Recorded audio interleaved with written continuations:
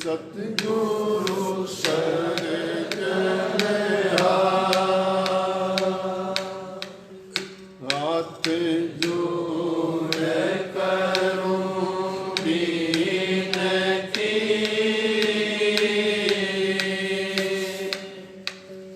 चरण निवाऊं शीश।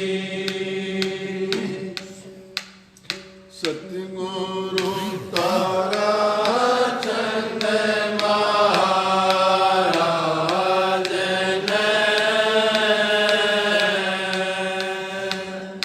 नाम दिया बख्शीश गुरु जी मारे, दया की दाता हो वेदिया गण के जी। गुरु बिन माला फेरते, गुरु बिन देते दान, गुरु बिन दान हराम है, देखो वेद पुराण।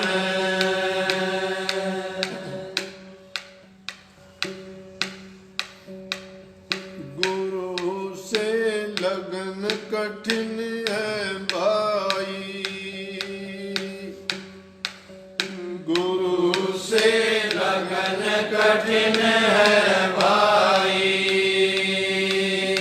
लगन लगे बिन काजन सरिये, जीव परलय हो जाए। गुरु से लगन कठिन है भाई, लगन लगे बिन काजन सरिये, जीव परलय हो जाए। गुरु से लगन कठिन है भाई। जैसे पपैया प्यासा बूंद का पिया पिया रटलाई, जैसे पपैया प्यासा बूंद का पिया पिया रटलाई। प्यासा प्राण तलप दिन राती, और नीर ना भाई। गुरु से लगन कठिन है भाई, लगन लगे बिन काजन सरिये, जीव परलय हो जाए। गुरु से लगन कठिन है भाई। जैसे मृगा शब्द स्नेही, शब्द सुनन को जाई। जैसे मृगा शब्द स्नेही, शब्द सुनन को जाई। शब्द सुने और प्राण दान दे, तन को नहीं डराई। गुरु से लगन कठिन है भाई, लगन लगे बिन काजन सरिये, जीव परलय हो जाए। गुरु से लगन कठिन है भाई। जैसे सती चढ़े सत ऊपर, पिया की रामन भाई। जैसे सती चढ़े सत ऊपर, पिया की रामन भाई। पावक देख डरे वानाई, हस्त बैठ शरमाई। गुरु से लगन कठिन है भाई, गुरु से लगन कठिन है भाई। लगन लगे बिन काजन सरिये, जीव परलय हो जाए। गुरु से लगन कठिन है भाई।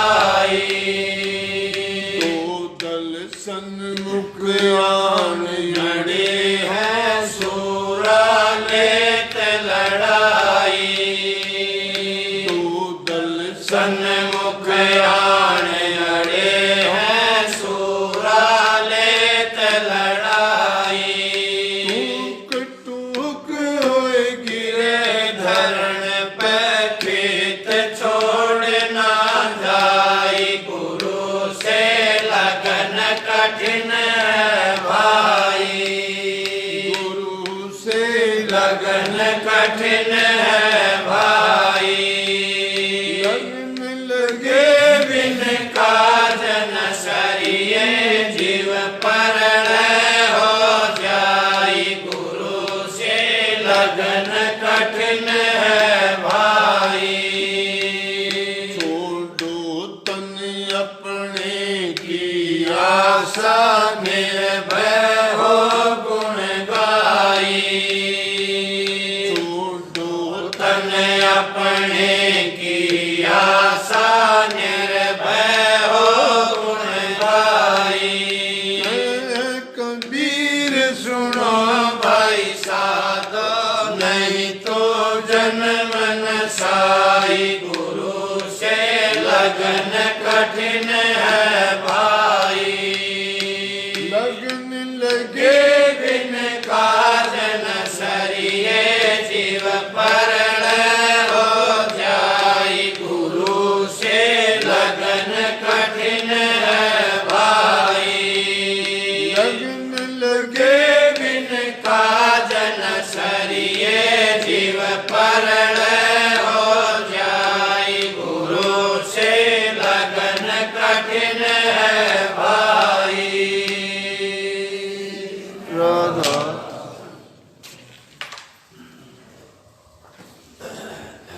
अभ्यास के लिए, नाम भक्ति करने के लिए तो जरूरी है ही है। दुनियादारी में कोई भी काम जब करोगे उसके प्रति आपकी लगन नहीं है। लगन का मतलब है प्रगाढ़ रुचि। जिस चीज में दिल नहीं लगता वो लगन नहीं होती। लगन, संतों ने कहा कि जब तक उसमें गहरी लगन नहीं लगेगी तब तक जिस काम में आप लगे हो उस उद्देश्य की पूर्ति नहीं होती। कबीर साहब ने इस वाणी में लगन के उदाहरण देते हुए कहे हैं, लगन भी कैसी होनी चाहिए। जिन्होंने लगन लगाई उन्होंने अपने तन की परवाह नहीं की, सुख की परवाह नहीं की, त्याग की परवाह नहीं की। जो अपना सुख नहीं चाहता, आराम नहीं चाहता, चीज़ों का संग्रह नहीं चाहता, अपनी भूख की, प्यास की, सब चीज़ों की बिना परवाह किए, बिना मांगा अपने आप को पूर्ण रूप से जिस चीज़ को समर्पण कर देता है वो बाजी जीत जाता है। कैसी लगन बताई कि उन चीज़ों के उदाहरण दिए जिनने जिस चीज़ के लिए लगन लगाई तो उन्होंने अपनी परवाह नहीं की। सबसे पहला काम उन्होंने किया, पपैया का नाम लिया। पपैया एक छोटा सा जीव होता है, चिड़िया की तरह से ही। वो तालाब का, नदी का, सरोवर का या कोई भी दूसरा जल नहीं पीता, चाहे सागर भरा पड़ा। उसको लगन होती है नक्षत्र की बूंद की। नक्षत्र की बूंद अमी की बूंद होती है जो ऊपर से आती है। और उस बूंद के गुण क्या क्या होते हैं? अगर वही नक्षत्र की बूंद पपैये के गले में या मुंह में गिर जाती है तो उसकी 1 साल की सुधा, भूख, प्यास, सब भूख तो क्या, प्यास उसकी तृप्त हो जाती है, उसको जरूरत नहीं पानी पीने की, क्यों? और पानी पीता नहीं। अगर वही बूंद सिप का मुंह खुला हो उसके मुंह में पड़ जाए तो मोती बन जाती है। अगर वही नक्षत्र की बूंद केड़े में पड़ जाए तो कपूर बन जाती है। और वही अगर किसी गिद्दड़ के मुंह में पड़ जाए तो गिद्दड़ आखड़ा हो जाता है, पागल हो जाता है। लेकिन यहाँ जिक्र किया, स्वामी जी महाराज ने बहुत अच्छी वाणी लिखी है। कैसा है कि जैसे पपैया प्यासा मरे और नीर नहीं पीवे, स्वाति मिले जब बूंद उसी से जीवे। सती जो सत से गिरे नीच घर जावे, सूरा हो रण तजे कायर कहलावे।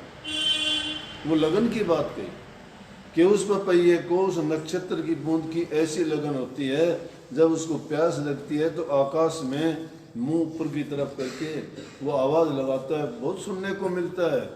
यहाँ तो ये चीज़ भी मानते हैं, जमींदार लोग कहते हैं जब पपैया बोलता है तो कि समझो बारिश आती है। वो परमात्मा से पुकार करता है कि पीहू पीहू पीहू।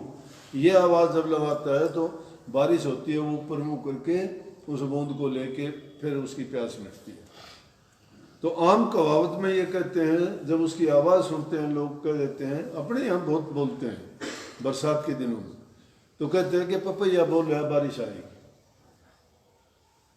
तो उसके बारे में कबीर साहब ने कही, लगन ऐसी लगाओ जैसे पपैया उस बूंद के लिए लगन लगाता है।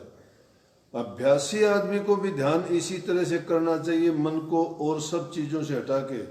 वही पपैया अगर पीहू पीहू की रट लगाता, प्यासा मर जाता है, गला सूख जाता है और उसके प्राण भी निकल जाए और वो आके जल में गिर जाए, समुद्र नदी में गिर जाए, उस पानी को नहीं, चोंच को बंद कर देगा, उसको नहीं पिएगा, मर जाना अच्छा समझेगा। जो अपने गुरु को, धर्म को, नाम को इस प्रकार से पकड़ लेगा, लेकिन गुरु होना चाहिए, पाखंडी नहीं। यूं खामा झूठी टेक पकड़ के कोई उसके पीछे हो ले, जिसके पल्ले ना कुछ ज्ञान, ना ध्यान, ना कुछ कहना, ना सुनना, जीवों को द्वेष, ईर्ष्या, निंदा, बुराई, छल, कपट, बेईमानी, नशा, इन चीज़ों में जो डाल देता है, तो समझो कि वो धर्म नहीं है, वो गुरु नहीं है। गुरु का नाम है ज्ञान दे के, उपदेश करके शिष्य को कल्याण का रास्ता दिखाना। जो शिष्य का कल्याण नहीं कर सकता, गुरु कैसा? ठग है वो तो। गुरु लेता नहीं, गुरु देता है। जो गुरु किसी को नहीं देता, तो समझो कि उस गुरु के पास कुछ भी नहीं है। गुरु सब कुछ देता है, ये दुनियादारी की चीजें, रोजी रोजगार देता है, सब कुछ साधन देता है, सुख देता है, पापों को हरता है, हरता करता भरता सब सतगुरु है। लेकिन विश्वास वालों के लिए, श्रद्धा वालों के लिए, जो ऐसे गुरु को अपना समर्पण कर देता है, तो उसकी भी सुधा मिट जाती है। लेकिन मन में जिसके कपट है, श्रद्धा उसके है नहीं, पपैये की भांति उसके नहीं है, वो तो मन में गंगा गया तो गंगा दास, जमुना गया तो जमुना दास, पल में तोड़ा पल में मासा बदलता रहता है। जहाँ कहीं गया वही मत्था रगड़ दिया, उसी को माई बाप सब कुछ मान लिया।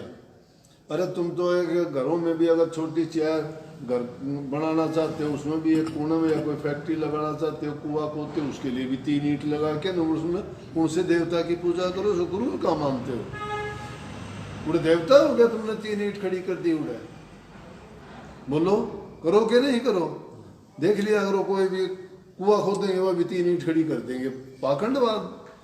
संत मत तो खुली चीज बताता है आदमी। कागज की मूर्ति धर के राम की पूजा कर ली तुमने, पत्थर की मूर्ति या संगमरमर की धर के तुमने पूजा कर ली। गरीब मिट्टी की बना के कर लेता है, उससे थोड़ा अच्छा पत्थर की मूर्ति लाके कर लेता। ज्यादा पैसे वाले संगमरमर की मूर्तियां सोने चांदी के आभूषण पर आके उनकी पूजा करते हैं, वो पूजा होगी? प्रभु की पूजा थोड़ी है। मन की तृप्ति कर ली उन्होंने, उनके पास साधन थे, वो साधन जुटा के उन्होंने सोच ली कि हमने ये प्राप्त कर लिया। नहीं, सच्ची लगन इंसान के दिल से होती है। प्रभु का वास दिल में है, तुम्हारे प्रेम में है, तुम्हारी श्रद्धा यकीन में है। तुम्हारा यकीन और श्रद्धा तो है नहीं। रात दिन तुम न गुरु की महिमा जानते, न नाम की महिमा जानते, न सत्संग की महिमा जानते, तुम्हारी अपनी बात खत्म नहीं होती। रात दिन सत्संगों में रह के गुरु का संग करके भी तुम्हारे विचार अगर नहीं बदले तो कब बदलेंगे? पहली बात बताई कि उस गुरु से लगन कठिन है। इस बात की एवज में कही उन्होंने, गुरु से कहां लगन लगाओगे? गुरु से लगन लग गई तो उसको सोचने की जरूरत नहीं। तो ज्यादा बात मैं लंबी करूं को नहीं, कभी फिर बताऊंगा। एक ही चीज की बताइए। उसके बाद मृग की आती है। मृग सुनने का शौकीन होता है। तुलसी साहब तो कहते हैं कि आली, पतंग, मृग, मीन, गज, ये 5 चीज वो अलग अलग एक एक रस, एक एक इंद्री के बस होके अपना जीवन खो देते हैं। लेकिन यहाँ जब लगन की बात आई है, लगन लगाते हैं। मृगा शब्द सुनने का शौकीन होता है। अकबर के दरबार में तानसेन हुआ करता, जब वो बीणा की धुन सुनाया करता तो मृग जंगल में से आके उसके ऊपर गर्दन डाल दिया करते। इतने सुनने के शौकीन होते हैं मृग। और मृग पकड़ने वाले बजाया करते, ऐसे बाजीगर उनको पकड़ लेते। फिर उनको ये थोड़ा पता तुम्हारा गला काटा जाएगा। लेकिन क्योंकि वो शब्द के शौकीन थे, शब्द सुनते थे, जान चली जाओ, प्राण चले जाओ, खींचे चले जाते थे उसकी तरफ। सती औरत अपना पति जब उसका गुजर जाता था, जिंदा जागदा आग में जाके और छलांग लगा दिया करती, सज धज के संवर के जाया करती। हमारे सती प्रथा थी हिंदुस्तान में। ये तो राजा राम मोहन राय, विलियम बेंटिंग और ये अपने स्वामी दयानंद ये जब आए तो इन्होंने जो है उस प्रथा को मुश्किल से बंद करवाया। जो और सती नहीं होती थी उसको पकड़ के आग में डाल देते थे, कुरीति होगी थी वो तो। लेकिन सती वो थी जो सत्य के सहारे जाके आग में बैठ जाती, हंसती हुई जाया करती, उसको धक्के से नहीं डालता था कोई। बोला कि जब मेरा पति चलेगा तो मुझे जीने का अधिकार नहीं। पति जला करता अग्नि में तो जाके आप भी चिता के अंदर बैठ जाती जिंदा जागदा। और लोग उससे पूछा करते कि माता सती माता हो जाती हो, माता सती वरदान दे के जाओ। ये कोई देवसराली पूजो, कोई कुहाड़ की पूजो, कहते पहाड़ा में पूजो, माता कह के न पूजो जो। तो उनको जब वो सती होती थी, यहाँ अपने हिंदुस्तान में सबसे मुख्य सती माता अनुसुईया का नाम है, सती सीता का नाम है, सती सावित्री का नाम है, और काफ़ी ऐसी ऐसी विदुषियाँ हुई हैं, कितनियों के नाम अनेकों हुई हैं, लेकिन मुख्य रूप से इनके नाम लिए जा सकते हैं। वो अपने पति के साथ जड़ जाया करती, परवाह नहीं करती अपने शरीर की। सूरा सूरवीर युद्ध के मैदान में जाके लड़ाई करा करता, पीठ दिखा के नहीं भागता था। जो माँ उसको जन्म देती थी, उसका लड़का युद्ध में लड़ता हुआ मारा भी जाता था तो देखती थी जाके उसके मरने के बाद कि मेरे लड़के के घाव छाती में है या पीठ में है। अगर पीठ में घाव होता तो कहती कि मेरी औलाद नहीं है। सूरवीर उसको मानते थे, तो सन्मुख शेर सहता था, छाती पे जिसके वार होते थे, सामने के वार, तो उसको कहते थे कि हाँ युद्ध के मैदान में शेर की भांति लड़ा है। इसलिए कबीर साहब ने सारी वाणी का निचोड़िए कहा कि अपने तन की जो आस छोड़ देता है, छोड़ो तन अपने की आशा और निर्भय हो गुण गाई। निर्भय वो होता है जिसको ना जीने की परवाह, ना खाने की परवाह, ना चीज़ों की परवाह, ना दुनियादारी की परवाह, ना रिश्ते नातों की परवाह, उसको परवाह सिर्फ एक प्रभु की प्राप्ति की। वो लगन लगाता है, छोड़ो तन अपने की आशा निर्भय हो गुण गाई। गुण गाने का मतलब भक्ति करना, यो नहीं कि गीत गाने लग जाओ, शब्द गाने लग जाओ। गुण गाने का मतलब है उस नाम की महिमा को समझना। कबीर साहब कहते हैं अगर ऐसा नहीं करोगे, कहे कबीर सुनो भाई साधो, नहीं तो जन्म न सही, ये इंसान का जन्म बेकार चला जाएगा। राधा चलो बोलो, रोजाना सत्संग वाला काम हो गया। फिर मैं बड़े सत्संग हम क्या सुनाऊंगा, वो तुमने सुन लो सारी बात। ले भाई।